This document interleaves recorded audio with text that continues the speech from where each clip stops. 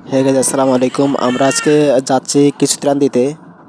প্রিয় বড় ভাই শাহিন মির্জার পক্ষ থেকে কিছু ত্রাণের ব্যবস্থা করা হয়েছে, আমরা এগুলি দিতে যাচ্ছি। তো ওখানে গিয়ে জানবো যে এর আগে কেউ ত্রাণ দিতে আসছিল কিনা এবং সরকারের পক্ষ থেকে তাদেরকে কোনো সহযোগিতা করা হয়েছে কিনা।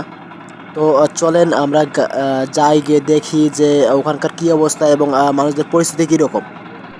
তো চলুন এই এলাকার একজন লোকের মুখ থেকে গিয়ে শুনি যে তারা কেমন আছে। রাখার নাই, আবার মনে করো রান্না বান্নার কোনো বুদ্ধি নাই, আবার লোকজনকে ঘর থেকে বাইরে দিবে তার কোনো পরিবেশ নাই, খাওয়া দাওয়ার কোনো পরিবেশ নাই, চলাফেরা করবে তার কোনো পরিবেশ থাকিয়ে গরু ছাগল নিয়ে এইখানে আসি এই যাবত কিছু থাকি। সরকার থেকে কি এখনো কোনো ত্রাণ ব্যবস্থা হয়েছে? এইমাত্র যা দুইটা রুটিই পাইলাম আর কিছু পাইনি। শাহিন ভাই যেটা দিয়েছে শুধু এটাই? যা দিয়েছে তাই। শাহিন ভাই কি এর আগে এসেছিলেন আপনাদের খোঁজ নেওয়ার জন্য?